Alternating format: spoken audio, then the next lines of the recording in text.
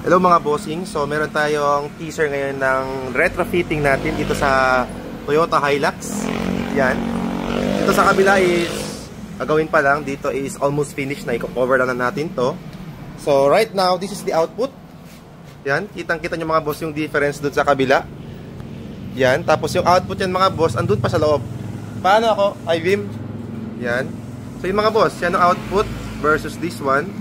Dito tayo sa kabila mga boss ha, para makita nyo difference. Yan, versus yan. Yung output ng mga boss dito, wala sa loob, but dun sa kabila is lumalampas pa siya. Oh. Kitang-kita nyo. Pero mamaya guys, mas ma-appreciate nyo kasi i-align pa natin to. So wait nyo lang guys, project retrofit.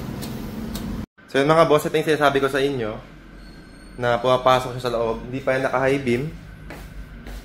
Yan. So yun mga boss, this is the stock of the Hilux. Yan yung chipset niya.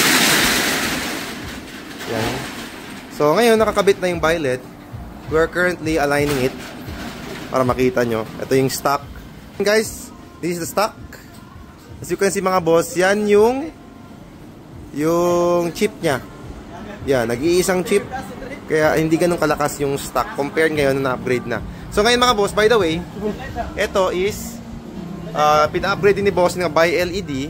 And then nagustuhan niya, that's why he decided na i-upgrade din pati yung headlights niya. So yan.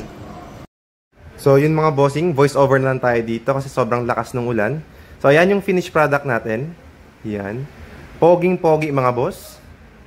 Kitang-kita nyo gaano siya kalakas. Yan ang output niya, low beam ng parehas. And then yan, nag-high beam yung fog lights at headlights. Talagang mapapa-good morning na kayo sa gabi. Yan. Yan, high beam. Tapos sa kabila din, low beam, then high beam. As you can see mga boss, kapag naka-low beam lang siya, hindi naman siya ganun kasilaw. Kasi naka-align naman po siya, same sa stock alignment. So difference lang mga boss ngayon is sobrang lakas niya na. Yan, perfect installation. So project retrofit again mga boss. It's installed on Toyota Hilux.